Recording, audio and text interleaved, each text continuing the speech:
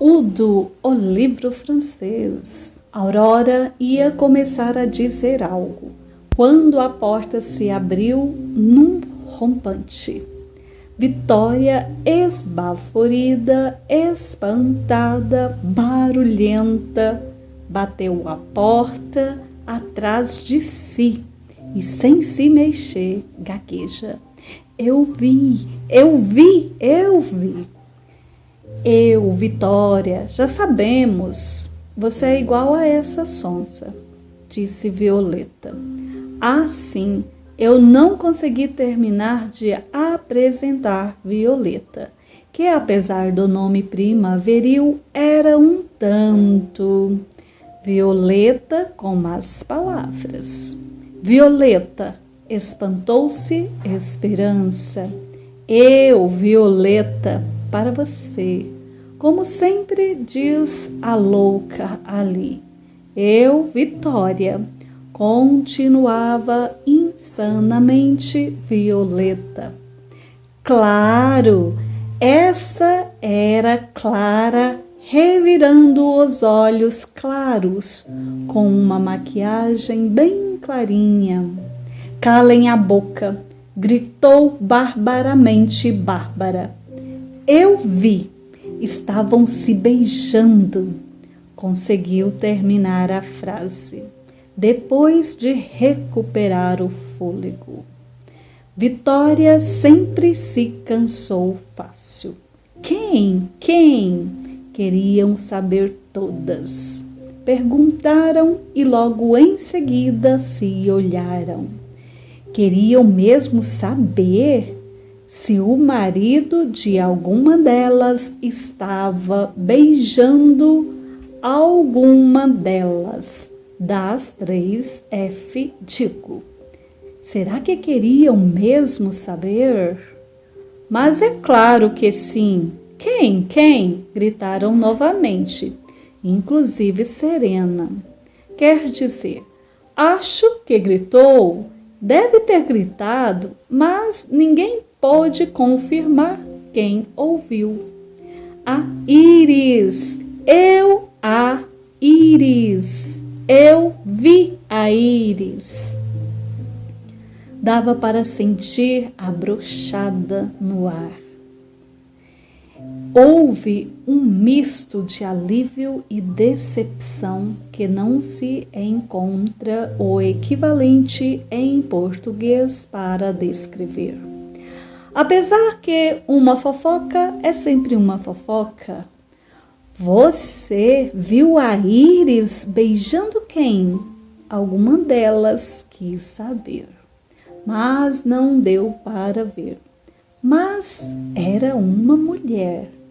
Descontentamento geral. Vitória sempre foi lerdinha, sempre ficava para trás. Era a Glória, disse Violeta. Lésbica aqui só pode ser a Glória. Serena não disse nada, mas assentia com delicadeza. Caramba, eu não reconheci a minha irmã? Pensou alto Vitória. Esperem um pouco, minha irmã é lésbica? Como todas sabiam, Vitória sempre perdia as novidades e o fio da meada. Glória já tinha dado em cima de todas ali. E se alguma delas experimentou um prazer que nunca conseguiu repetir na vida, pode ter certeza que foi a Glória. Abriram espaço para a Vitória se sentar. E todas olharam para Aurora, que ia dizer alguma coisa. Alguma coisa profunda e bem definida, como eram os cortes do bolo de carne que ela entregava junto com os potes. Os únicos que não iam com tampas trancadas, iam envoltos em papel firme. Aurora iria dizer algo e elas iriam fazer o que a Aurora dissesse, porque era ali Óbvio que Linda e Arlinda, afinal, eram muito para elas. Havia andado e encontrou um ninho de mafagafos abandonado e sentiu medo, quase parecido quando descobriu o pelo preto do peito do pé de Pedro. Correu e no chão sujo, com cheiro de cera suja, chutou sem querer 3 pratos de trigo com 3 tigrinhos desenhados, iguais o da pipoca. Caso fosse sábia, sairia dali e assoviaria para impressionar o sabiá, ou o bem-te-vi, ou o rato que roía uma roupa de um lugar tão distante. Mas não era Lara a que amava Arara, Rara em Araguara. E como Lara, que era, carregava seus 1000 limões, seus milhões de limões. Se fosse um papão, daqueles que papam papa, daqueles que papam pão, teria poucas capas, é certo, mas ruminaria roendo raiz de romanceira e não se assustaria com um possível desmafagafador por perto. Ao se sentir diminuído diante da cara feia da mulher que amava, Dr. Kervstone se encolheu tanto no canto do sofá que acabou caindo pela fresta que havia entre o assento e o braço. Foi uma queda estranha, talvez rápida aos olhos das pessoas normalmente grandes, mas aos olhos do agora pequeno Dr. Kervstone. Foi uma queda bem lenta. Primeiro, seu corpo meio que escorregava num tecido que parecia ser feito de pequenos pelos, o que freava um pouco a queda, mas que lhe dava uma imensa vontade de espirrar. Pelas suas contas e definição anormalmente pequena de tempo, passou horas, quase dias, sentindo-se desmilinguido, como uma geleca nojenta e alérgica. Depois de horas ou dias, ele não é mais capaz de se orientar nesse sentido. Dr. Kervstone finalmente sofre uma queda livre, assumindo como real e tangível a tal da gravidade. Devido à gravidade da sua situação, quase agradece ao divino Darwin por ter caído num pedaço de madeira, algo da estrutura do referido sofá, o qual, depois de tanto tempo, Dr. Kervstone já o nomeava como meu mundo. Foi uma queda brusca, que poderia ter quebrado algum osso. Não aconteceu. Talvez, devido à sua densidade também ter diminuído, o que não aconteceu com a referida madeira, a qual Dr. Kervstone já nomeava como minha terra. Ali ele construiria sua casa e plantaria sua comida e criaria seus animais. Dr. Kervstone não sabe nada de agricultura. Se soubesse, não pensaria que um recém-encontrado amendoim japonês fosse algo propício para iniciar uma horticultura. Aquele imenso monólito salgado e resistente poderia alimentá-lo por meses. Se ele fosse capaz de mordê-lo, não era. Mas isso não ocupou muito a sua mente. Porque acredito que um dos animais que Dr. Kevstone pensou em criar estava chegando. Era do tamanho de uma casa. Possuía 8 pernas e uma fome que dava certinho no atual tamanho do Dr. Kevstone. Dr. Kevstone nunca mais foi visto. Quando se lembra dele, Amanda, sua ex-amada, não consegue evitar um pequeno comentário de desprezo. Homenzinho! Cala a boca, Udo. Para de inventar histórias e vai dormir. O domingo já acabou e a segunda-feira não nasce sozinha. Depressement, sentimento de ser estrangeiro. Dar nome às coisas é achar que as coisas são sempre as mesmas. Não sei o que você está pensando, mas eu estava pensando em vento. Os gregos davam nome aos ventos, Bóreas, Zéfiro, e os outros 2 que nunca me lembro. Porque cargas d'água alguém daria nome para um vento? E de onde veio a expressão cargas d'água? Tudo bem que furacões levam nomes, mas é porque eles são únicos. Digo, é um acontecimento, é um evento climático que, apesar de serem constantes, no sentido de acontecer sempre, não são os mesmos. É impossível descobrir quando irá acontecer. Registrar o seu nascimento, digamos assim, e até batizá-lo, sempre em ordem alfabética e com um nome de mulher. Eu já falei sobre isso antes, acho. Mas nem sempre é nome de mulher.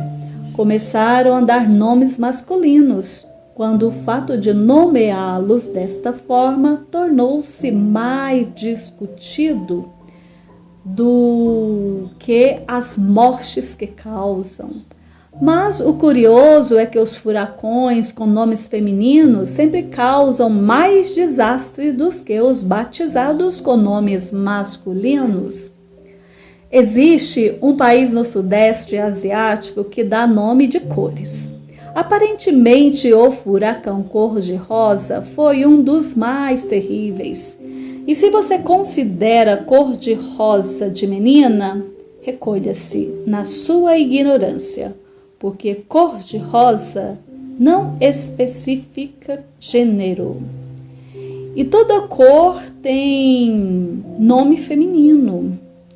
Não só a cor da sua roupa, como a sua própria roupa que você está usando agora também tem nome feminino. Saiba, entenda, evolua. Mas isso, dar nome de cor para fenômenos naturais que causam pânico, seria impossível numa sociedade ocidental como a nossa.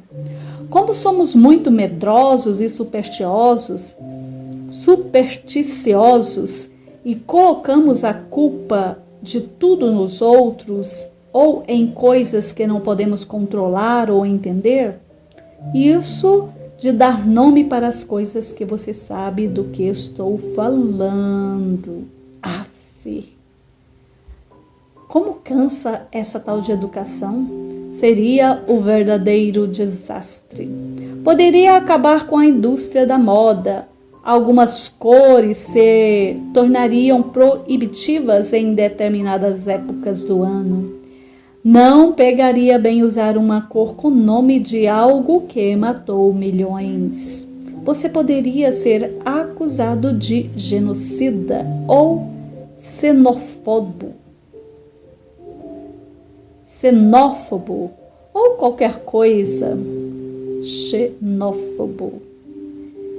E com a queda das vendas, a indústria mais poluente do mundo iria sofrer danos. E não queremos isso, não é? Quem somos nós para querer alguma coisa? Apesar de que isso poderia ampliar o nosso léxico, por exemplo, para evitar uma venda de roupas nas cores azuis cobalto ou azul cardeu fosse afetada. Seria questão apenas de chamar o furacão de azul ceruleu. Existem 111 tons de azul. Quem saberia todos? Quem somos nós para saber de algo? Mas, enfim, nós nomeamos as coisas e esperamos que elas sejam o nome que demos. Diferente de artista que inventa um nome artístico para que eles sejam para nós o que eles querem, que queremos que seja. Mas quem somos nós para sermos o que queremos? Udo, por falta de nome melhor. Já que se seu nome fosse nome de cor, já delimitaria nossas impressões. Seria mais fácil, claro, mas quem disse que a vida é fácil? Porque, convenhamos, além de mostarda, que apesar de ter a sua semente escrita na Bíblia, ser uma planta, ser uma cor, e da gente perguntar: você quer a mostarda ou o ketchup? Eu só penso no Coronel Mostarda do jogo Detetive. E parabéns! Agora até eu perdi o tal fio da meada. Eu, que sempre achei que a meada fosse o coletivo de meias. Mas isso pouco importa. Vamos ao que interessa, porque Udo me interessa. Udo queria apenas ser o que sentia ser naquele momento, mas não importava o nome que lhe dessem. Não estaria se sentindo assim em breve. Udo fluía e seus desejos e anseios fluíam junto. O corpo de Udo era mais de 70% de água que transcorreria em direções insanas, ao sabor do vento. Udo era uma espécie de mar à espera de um vento ou uma brisa, em forma de belas pernas e belo sorriso e bela boca, para juntos se tornarem um tsunami e invadir, e destruir e dominar, e se tornarem algo que modificaria tudo. Não, tudo não. Pode. Então, a todos. Modificaria a todos, ou pelo menos os calariam, ou pelo menos faria a existência doer menos. Sim, aconteceria, não sabe quando. Udo estava pensando, não criando ou imaginando, ou vivendo histórias aleatórias dentro de sua cabeça. Não, estava pensando. Uma vez, seu pai lhe disse: você usa a cabeça para pensar ou para ter pensamentos? Quem tem pensamentos fica preso a eles. Quem pensa, domina-os.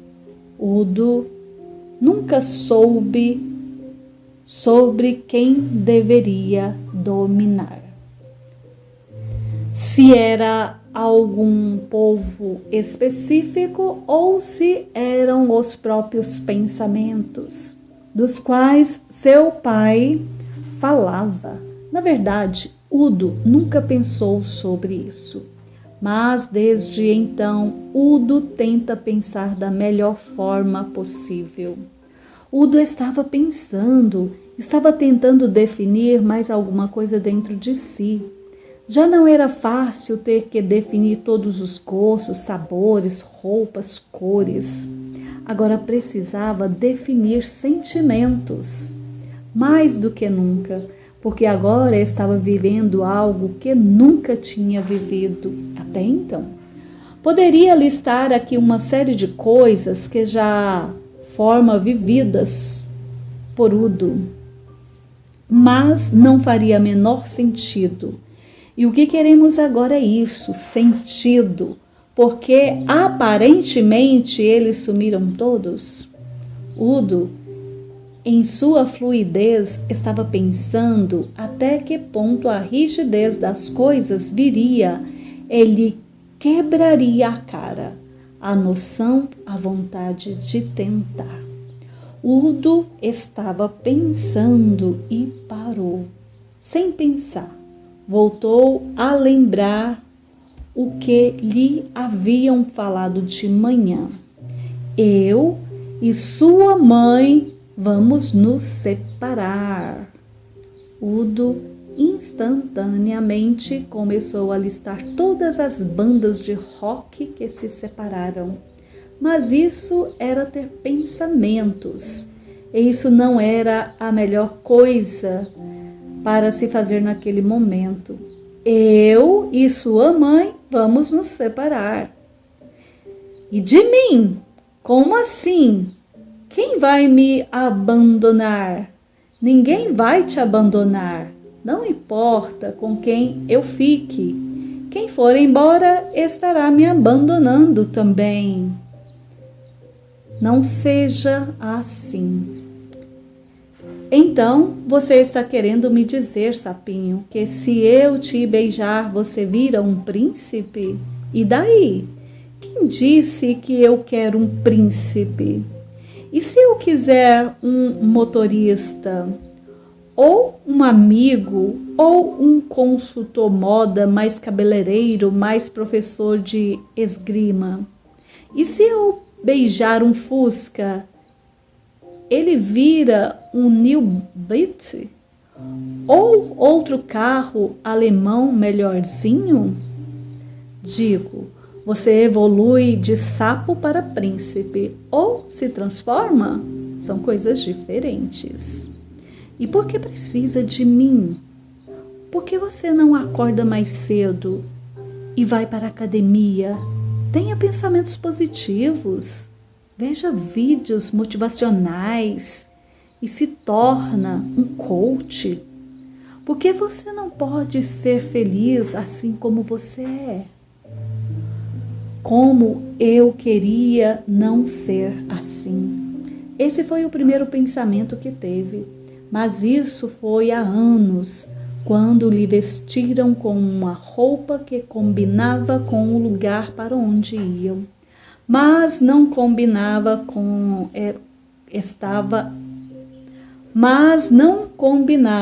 como estava acontecendo ali, por debaixo da pele. Eu estava só jogando uma fumaça, deixando a imagem em preto e branco para fazer um flashback. Mas, voltando agora para esse exato momento, Udo estava pensando e não concluindo nada. O que Udo percebia de si, e olha que a pessoa mais conhecia Udo era Udo. E mesmo assim não conhecia muito bem, era tudo meio na tentativa e erro. O que Udo percebia de si é que nesse exato momento seus tormentos aumentaram e assim seu mundo diminuiu. Udo sentia que precisava tirar coisas de dentro de si para que o espaço externo se tornasse maior. Toda vez que ele retirasse dúvidas, anseios, seu corpo se movia melhor, como se o ar em torno de si fosse menos denso. Parecia que seu mundo aumentava, suas impressões eram melhores, menos borrada, tudo lhe parecia menos fosco.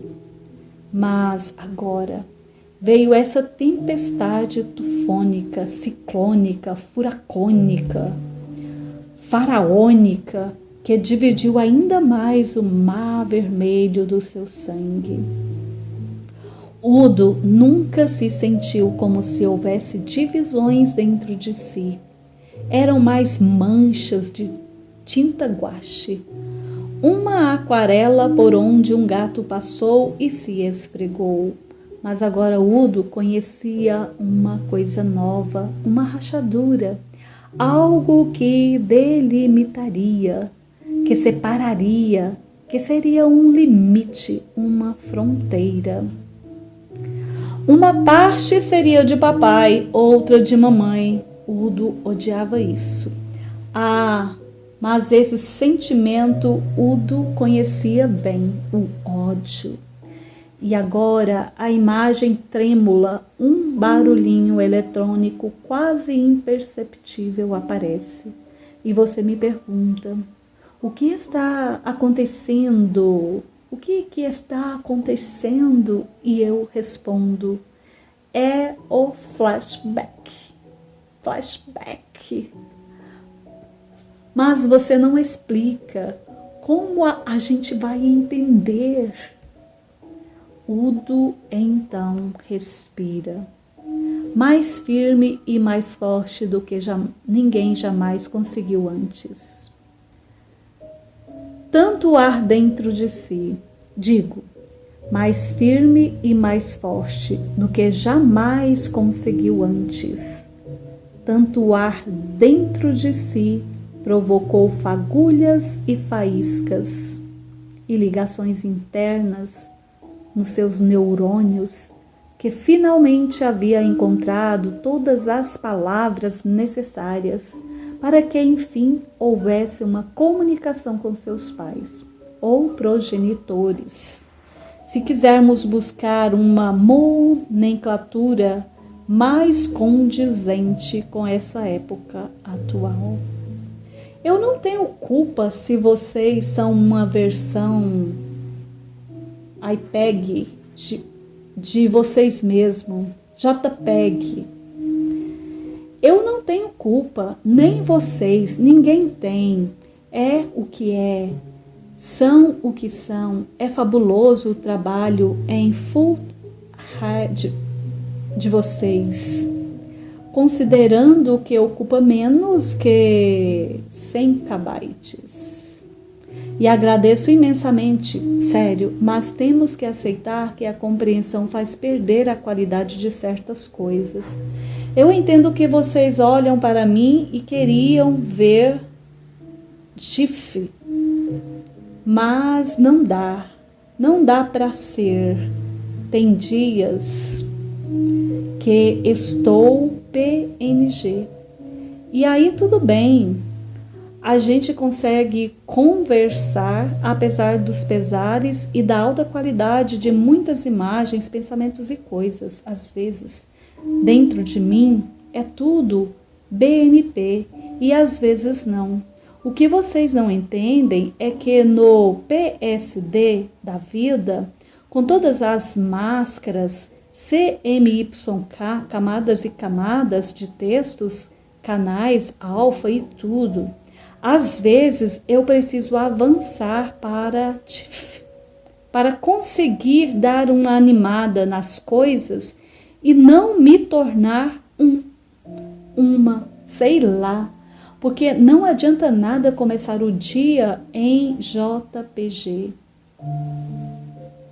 digo JPEG, e tentar salvar a situação em TIFF. Não adianta nada, não dá. É uma tentativa vã e fútil. Eu sei que não é padrão e também não aconteça. Mas eu gostaria de manter esse diálogo em WebP, para a gente não sacrificar a qualidade. É isso que importa para mim. É isso que importa para mim agora. Udo, seu pai, sua mãe se olham. Udo respira com alívio. Sua mãe não sabe mais se está respirando e se seu pai tem a certeza de não estar respirando desde o segundo culpa que ouviu. E foi a última coisa que ouviu. Depois de algum tempo, antes que ficasse desconfortável suficiente, foi novamente seu pai quem falou. Mas eu não entendi nada do que você disse. Ninguém nunca me entende. E o barulho da porta fechando foi tão alto que impediu que os adultos ouvissem seu choro e seus gritos de ódio. Sim, Udo conhecia o ódio em diversos tons e dores, mas isso para um outro momento. No momento agora, o que acontece apenas é o fim do flashback. Ek, ek, ek. Udo estava pensando até que se cansou.